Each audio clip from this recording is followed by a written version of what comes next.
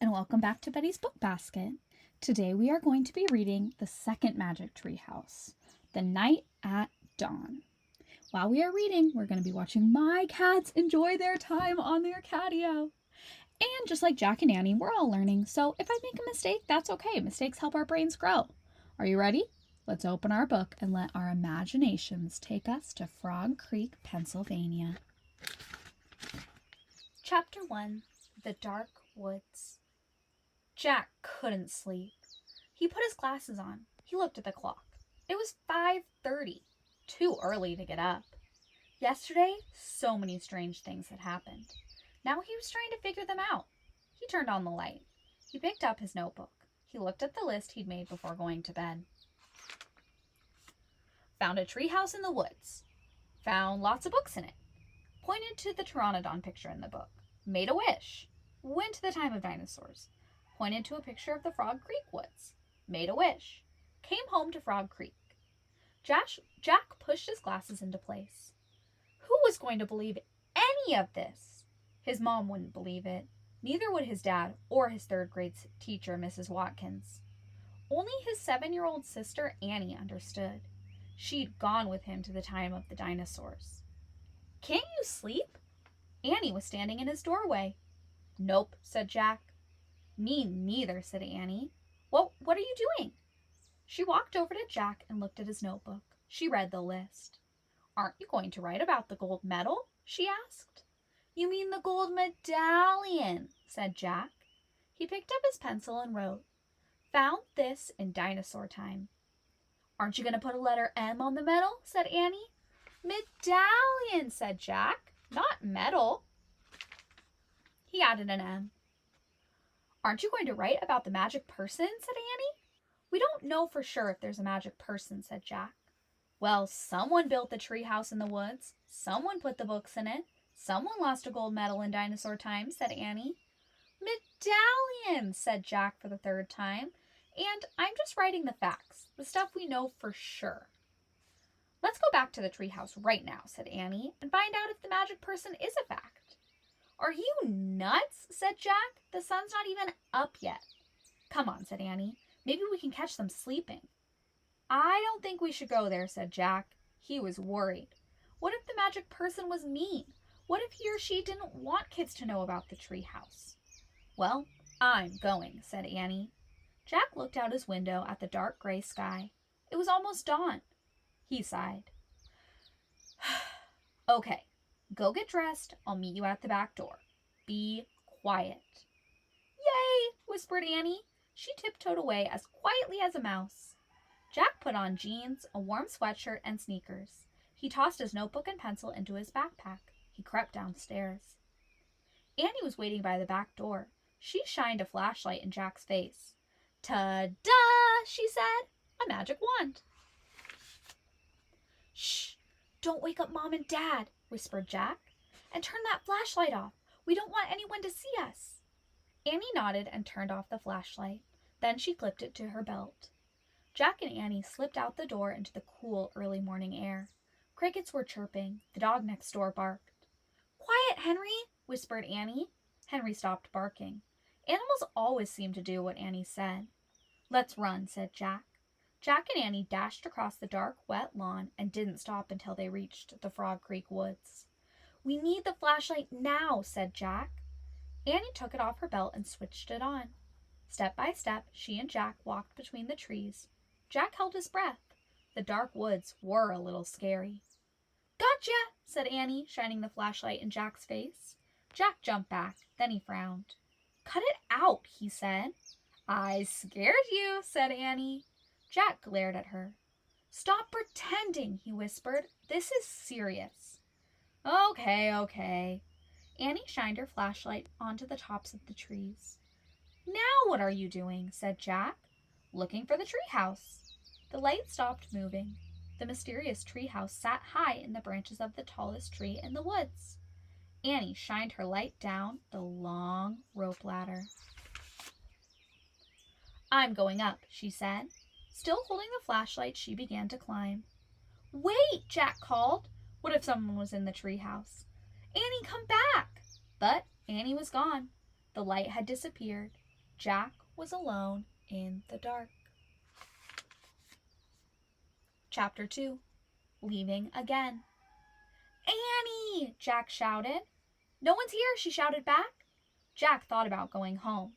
Then he thought about all the books in the treehouse. He started up the ladder. When he was almost at the top, he saw a light in the distant sky. Dawn was starting to break. Jack crawled through a hole in the treehouse floor and took off his backpack. Annie shined her flashlight on the books scattered about the floor. "They're still here," she said. Annie shined the light on a dinosaur book. It was the book that had taken them to the time of dinosaurs. "Remember the Tyrannosaurus Rex?" asked Annie. Jack shuddered. Of course he remembered. How could anyone forget seeing a real live Tyrannosaurus Rex? The light fell on the book about Pennsylvania. A red silk bookmark stuck out of it. "Remember the picture of Frog Creek?" said Annie. "Of course," said Jack. That was the picture that had brought them home. "Here's my favorite," said Annie. The light was shining on a book about knights and castles. There was a blue leather bookmark in it. Annie turned to the page with the bookmark. There was a picture of a knight on a black horse. He was riding towards a castle. "Annie, close that book," said Jack. "I know what you're thinking." Annie pointed to the cover. "Don't, Annie." "We wish we could go there," Annie said. "No, we don't," shouted Jack. The wind began to moan. The leaves began to tremble. It was happening again. "We're leaving," cried Annie. "Get down." The wind moaned harder. The leaves shook harder. Jack squeezed his eyes shut. The treehouse started to spin. It spun faster and faster. Then everything was still. Absolutely still. Jack opened his eyes. He shivered. The air was damp and cool. The sound of a horse's whinny came from below. "Nay!" "I think we're here," whispered Annie. She was still holding the castle book.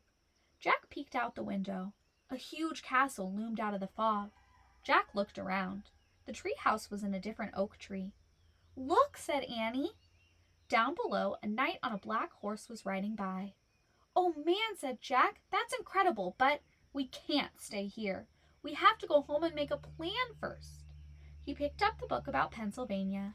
He opened it to the page with the red silk bookmark. He pointed to the photograph of the Frog Creek woods. "I wish—" "No," said Annie. She yanked the book away from him. "Let's stay. I want to visit the castle." "You're nuts. We need to examine the situation," said Jack. "From home." "Let's examine it here," said Annie. "Come on, Annie." Jack held out his hand. "Give it." Annie gave Jack the book. "Okay, you can go home. I'm staying," she said. She clipped the flashlight to her belt. "Wait," said Jack.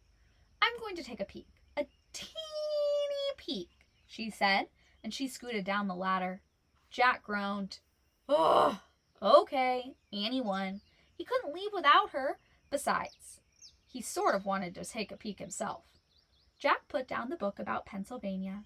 He dropped the castle book into his pack. He stepped onto the ladder and headed into the cool, misty air. Chapter 3. Across the Bridge. Annie was under the tree, looking across the foggy ground. "The knight's riding toward that bridge, I think," said Annie. "The bridge goes to the castle." "Wait, I'll look it up," said Jack. "Give me the flashlight." He took the flashlight from Annie and pulled the castle book out of his pack. He opened it to the page with the leather bookmark. He read the words under the picture of the knight. This is a knight arriving for a castle feast. Knights wore armor when they traveled long and dangerous distances. Armor was very heavy. A tournament helmet could weigh up to 40 pounds. Wow! Jack had weighed 40 pounds when he was 5. It would be like riding a horse with a 5-year-old on your head, he thought. Jack pulled out his notebook. He wanted to take notes, as he'd done on their dinosaur trip. He wrote, "Heavy head." What else? He turned the pages of the castle book. He found a picture that showed the whole castle and the buildings around it. "The knight crossing the bridge," said Annie. "He's going through the gate." "He's gone." Jack studied the bridge in the picture. He read, "A drawbridge crossed the moat. The moat was filled with water to help protect the castle from enemies. Some people believe crocodiles were kept in the moat. Jack wrote in his notebook, "Crocodiles in moat?" "Look," said Annie, peering through the mist. "A windmill, right over there."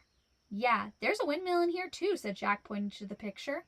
"Look at the real one, Jack," said Annie. "Not the one in the book."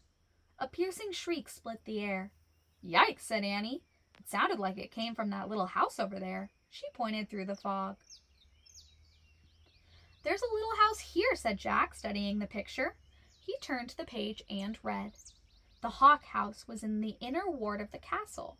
Hawks were trained to hunt other birds and small animals. Jack wrote in his notebook, "Hawks in hawk house." "We must be in the inner ward," said Jack. "Listen," said Annie. "Do you hear that? Drums, horns, they're coming from the castle. Let's go see." "Wait," said Jack.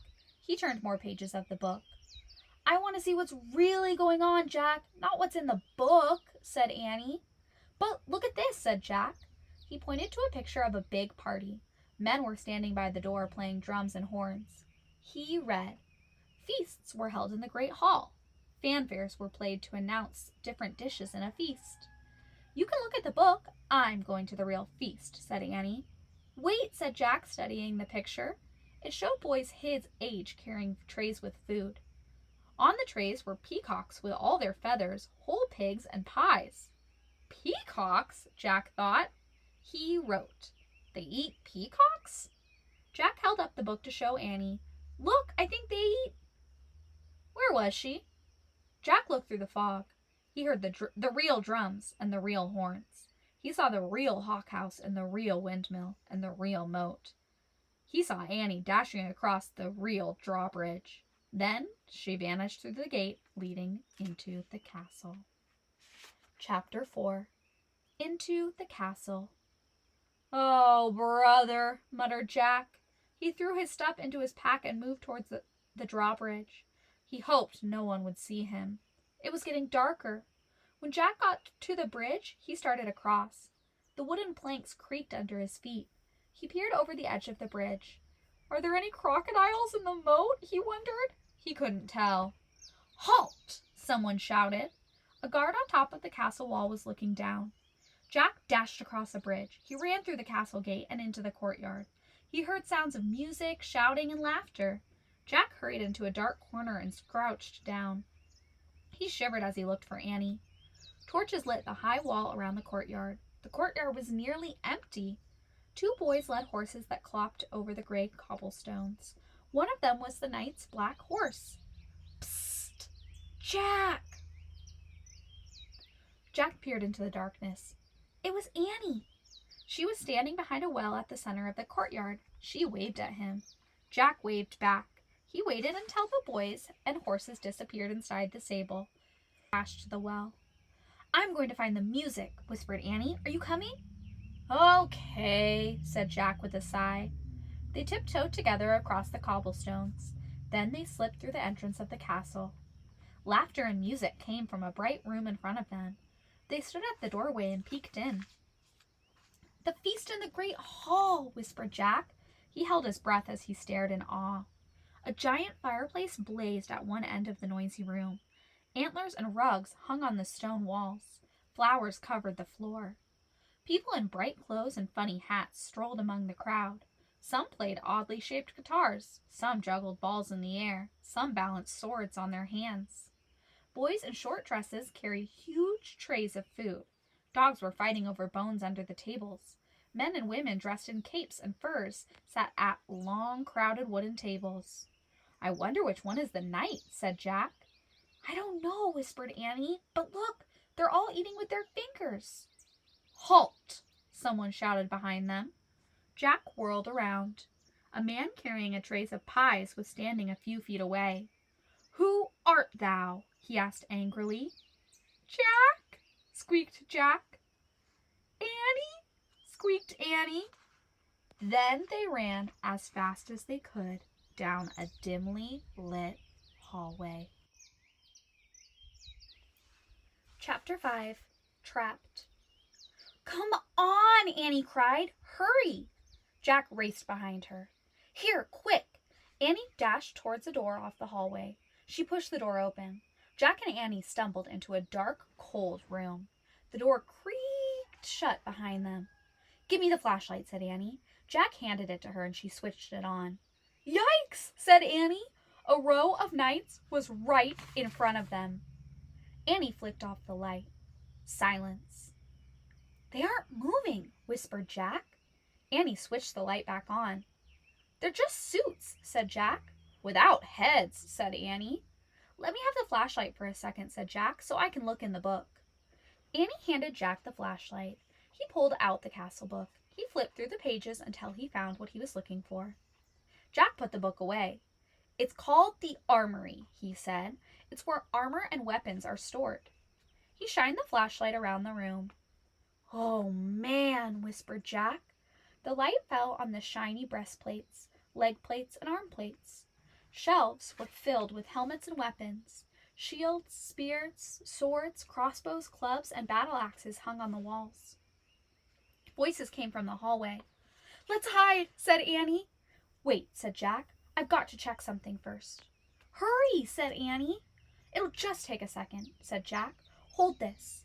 He handed Annie the flashlight. He tried to lift a helmet from the shelf. It was too heavy. He bent down and dragged the helmet over his head. The visor slammed shut.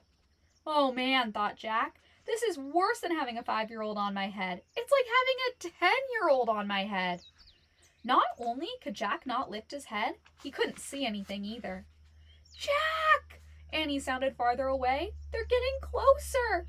"Turn off the flashlight," Jack's voice echoed inside the metal helmet. He struggled to get the helmet off. Suddenly he lost his balance and went crashing into other pieces of armor. Metal plates and weapons clattered to the floor. Jack lay on the floor in the dark. He tried to get up, but his head was too heavy. He heard deep voices. Someone grabbed him by the arm. The next thing he knew, the helmet was yanked off. He was staring into the fiery light of a torch. Chapter 6 is called Ta-da! In the torchlight, Jack saw 3 huge men standing over him. One with very squinty eyes held the torch. One with a very red face held Jack, and one with a very long mustache held on to Annie. Annie was kicking and yelling. "Stop," said the one with the very long mustache. "Who art thou?" said the one with the very red face. "Spies, foreigners, Egyptians, Romans, Persians," said the squinty-eyed one. "No, you dummies," said Annie. "Oh, brother," Jack murmured. "Arrest him," said Redface. "The dungeon," said Squinty Eyes. The guards marched Jack and Annie out of the armory. "Go," said the guard, giving him a push. Jack went. Squinty, Annie, Mustache, Jack, and Red marched down the long, dark hallway. They marched towards a narrow, winding staircase. Jack heard Annie shouting at the guards. "Meanies, we didn't do anything." The guards laughed. At the bottom of the stairs was a big iron door with a bar across it. Squinty lifted the bar. He shoved the door, and it creaked open. Mustache and Red pushed Jack and Annie into a cold, clammy room. The fiery torch lit the dungeon. There were chains hanging from the filthy walls. Water dripped from the ceiling, making puddles on the stone floor. It was the creepiest place Jack had ever seen. "We'll keep them here till the feast is done. Then we turn them over to the Duke," said Squinty. "He knows how to take care of thieves." "There will be a hanging tomorrow," said Mustache. "If the rats don't get 'em first," said Red. They all laughed. Jack felt his backpack move. Annie was quietly opening it. "Come on, let's chain up the 2 of them," said Squinty. The guards started towards Jack and Annie. Annie whipped her flashlight out of Jack's pack. "Ta-da!" she yelled. The guards froze. They all stared at the shiny flashlight in Annie's hand. Annie switched on the light. The guards gasped. They jumped back against the wall. Squinty dropped the torch. It fell into a dirty puddle on the floor, sputtered, and went out. "My magic wand," said Annie, waving the flashlight. "Get down, or I'll wipe you out." Jack's mouth dropped open. Annie fiercely pointed her light at Squinty, then at Mustache, then at Red. Each howled and covered its face. "Down, all of you! Get down!" Annie shouted. One by one, the guards knelt down on the wet floor. Jack couldn't believe it. "Come on," Annie whispered to Jack. "Let's go now." Jack looked at the open doorway. He looked at the guards quaking on the ground. "Hurry," said Annie. In one quick leap, Jack followed Annie out of the terrible dungeon. Chapter 7. A Secret Passage. Annie and Jack raced back up the winding stairs and down the long hallway. They hadn't gone far when they heard shouting behind them. Dogs barked in the distance. "They're coming!" Annie cried. "In here," said Jack. He shoved open a door off the hallway and pulled Annie into a dark room. Jack pushed the door shut. Then Annie shined her flashlight around the room. There were rows of sacks and wooden barrels. "I better look in the book," said Jack, pulling out the book and flipping through the pages. "Shh," said Annie. "Someone's coming." Jack and Annie jumped behind the door as it creaked open. Jack held his breath. A light from a torch danced wildly over the sacks and barrels. The light disappeared. The door slammed shut. "Oh, man," whispered Jack. "We have to hurry. They might come back." His hands were trembling as he turned the pages of the castle book. "Here's a map of the castle," he said. "Look, this must be the room we're in. It's a storeroom." Jack studied the room in the book. "These are sacks of flour and barrels of wine." "Who cares? We have to go," said Annie, "before they come back." "No, look," said Jack. He pointed at the map. "There's a trap door." He read aloud. "In this castle, a trap door led from the storeroom through a secret passage to a precipice over the moat." "What's a precipice?" asked Annie. "I don't know. We'll find out," said Jack. "But first, we have to find the trap door." Jack looked at the picture carefully. Then he shined the flashlight around the room. The floor of the room was made of stones. The trap door in the pictures was 5 stones from the door to the hallway. Jack shined the light on the floor and counted the stones out loud. 1, 2, 3, 4, 5. He stamped on the 5th stone. It was loose. Jack put the flashlight on the floor. He worked his fingers under the thin slab of stone and tried to lift it. "Help," said Jack. "It's heavy." Annie helped Jack lift the stone square out of its place. Underneath was a small wooden door. Jack and Annie tugged on the rope handle of the door. The door fell open with a thunk. Jack picked up the flashlight and shined it down the hole. "Here's a little ladder," he said. "Let's go." He clipped the flashlight to his belt and felt his way down the small ladder. Annie followed. When they reached the bottom of the ladder, Jack shined the light around them. There was a tunnel. Jack crouched down and began moving through the damp, creepy tunnel. The flashlight dimly flickered across the stone walls. He shook the light. "Were the batteries dying?" "I think our light's dying," he said to Annie. "Hurry," she called from behind him. Jack went faster. His back hurt from crouching. The light got dimmer and dimmer. Jack was desperate to get out of the castle before the batteries died completely. Soon he reached another small wooden door. It was a door at the end of the tunnel. Jack unlatched the door and pushed it open. He poked his head outside. He didn't see anything in the misty darkness. The air felt cool and fresh. He took a deep breath. "Where are we?" whispered Annie behind him. "What do you see?"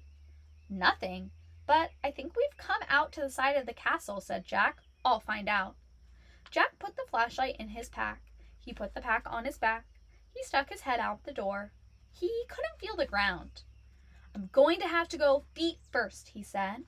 Jack turned around in the small tunnel. He lay down on his stomach. He stuck one leg out the door, then the other. Jack inched down, bit by bit, until he was hanging out the door, clinging to the ledge.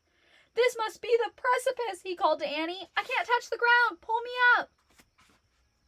Annie reached for Jack's hands. "I can't hold you," she said. Jack felt his fingers slipping. Then he fell down through the darkness. Splash! Chapter 8. The Night. Water filled Jack's nose and covered his head. His glasses slipped off. He grabbed them just in time. He coughed and flailed his arms. "Jack!" Annie was calling from above. "I'm in the moat," said Jack, gasping for air. He tried to tread water and put his glasses on. With his backpack, his shoes, and his heavy clothes, he could barely stay afloat. Splash! "Hi, I'm here," Annie sputtered. Jack could hear Annie nearby, but he couldn't see her. "Which way's the land?" Annie asked. "I don't know. Just swim." Jack dog paddled through the cold black water. He heard Annie swimming too.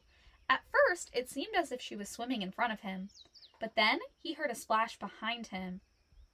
"Annie?" he called. "What?" Her voice came from in front, not behind. Another splash. Behind! Jack's heart almost stopped. Crocodiles? He couldn't see anything through his watery, streaked glasses. "Annie," he whispered. "What?" "Swim faster." "But I'm here. I'm over here, near the ledge," she whispered. Annie swam through the dark towards her voice. He imagined a crocodile slithering after him. Jack's hand touched a wet, live thing. "Ah!" he cried. "It's me. Take my hand," said Annie. Jack grabbed her hand. She pulled him to the edge of the moat. They crawled over the embankment into the wet grass. "Oh, man," said Jack. He was shivering all over. His teeth were chattering. He shook the water off his glasses and put them back on. It was so misty, he couldn't see the castle. He couldn't even see the moat, much less a crocodile. We made it," said Annie. Her teeth were chattering too. "I know," said Jack, "but where are we?" He peered at the foggy darkness. Where was the drawbridge, the windmill, the hawk house, the grove of trees, the tree house? Everything had been swallowed up by a thick, soupy darkness. Jack reached into his wet backpack and pulled out the flashlight. He pushed the switch. Nothing happened. The batteries were dead. They were trapped, but not in a dungeon. They were trapped in the still, cold darkness. "Nay!" A horse's whinny echoed through the night. The clouds parted. A full moon was shining in the sky. A pool of light spread through the mist. Jack and Annie saw a shadowy figure just a few feet away. It was the knight! The knight sat on a black horse. His armor shone in the moonlight. A visor hid his face, but he seemed to be staring straight at Jack and Annie. Chapter 9. Under the Moon. Jack froze. "That's him," Annie whispered. The knight held out his gloved hand. "Come on, Jack," said Annie. "Where are you going?" said Jack. "He wants to help us," said Annie. "How do you know?" said Jack. "I could just tell," said Annie. Annie stepped towards the horse. The knight dismounted. The knight picked Annie up and put her on the back of his horse. "Come on, Jack," Annie called. Jack moved slowly towards the knight. The knight lifted him up too and put him on the horse behind Annie. The knight then got on behind them. He slapped the reins. The black horse cantered beside the moonlit water of the moat. Jack rocked back and forth in the saddle. The wind blew his hair. He felt very brave and very powerful. He felt as if he could ride forever on this horse, with its mysterious night, over an ocean, over the world, over the moon. A hawk shrieked in the darkness. "There's the tree house," said Annie. She pointed towards a grove of trees. The knight guided the horse toward the trees. "See, there it is," said Annie, pointing to the ladder. The knight brought his horse to a stop. He dismounted and helped Jack and Annie down. "Thank you, sir," Annie said. She bowed. "Thank you," said Jack. He bowed too. The knight got back on his horse. He raised his gloved hand. Then he slapped the reins and rode off through the mist. Annie started up the tall ladder, and Jack followed. They climbed into the dark treehouse and looked out the window. The knight was riding towards the outer wall of the castle. They saw him go through the outer gate. Clouds started to cover the moon again. For a brief moment, Jack thought he saw the knight's armor gleaming on the top of the hill behind the castle. The clouds covered the moon completely. A black mist swallowed the land. "He's gone," whispered Annie. Jack shivered in his wet clothes as he kept staring at the blackness. "I'm cold," said Annie. "Where's the Pennsylvania book?" Jack heard Annie fumbling in the darkness. He kept looking out the window. "I think this is it," said Annie. "I feel the silk bookmark." Jack was only half listening. He was hoping to see the knight's armor gleam again in the distance. "Okay, I'm going to use this," said Annie, "because I think it's the right one. Here goes. Okay, I'm pointing. I'm going to make a wish. I wish we could go to Frog Creek." Jack heard the wind begin to blow softly. "I hope I pointed to the right picture in the right book," said Annie. "What?" Jack looked back at her. Right picture? Right book? The treehouse began to rock. The wind got louder and louder. I hope it wasn't the dinosaur book, said Annie. Stop! Jack yelled to the treehouse. Too late. The treehouse started to spin. It spun faster and faster, then everything was still. Absolutely still. Chapter 10. One Mystery Solved. The air was warm. It was dawn. Far away a dog barked. I think that's Henry barking, Annie said. Jack and Annie both looked out the treehouse window. We're home, said Annie. Yay! That was close, said Jack. In the distance, street lights glowed near their house. There was a light on their upstairs window. Uh-oh, said Annie. I think Mom and Dad are up. Hurry! Wait. In a daze, Jack opened his pack. He pulled out the castle book. It was quite wet, but Jack placed it with the other books. Come on, said Annie. She started climbing out of the treehouse. Jack followed her down the rope ladder. They reached the ground and took off running between the gray-black trees. They left the woods and ran down their quiet street. They got to their yard and crept across the lawn. They opened their front door carefully and slipped inside their house. They're not downstairs yet, said Annie. Shh, said Jack. He led the way up the stairs and down the hall. There was no sign of their mom or dad, but Jack could hear water running in the bathroom. Their house was so different from the cold, dark castle.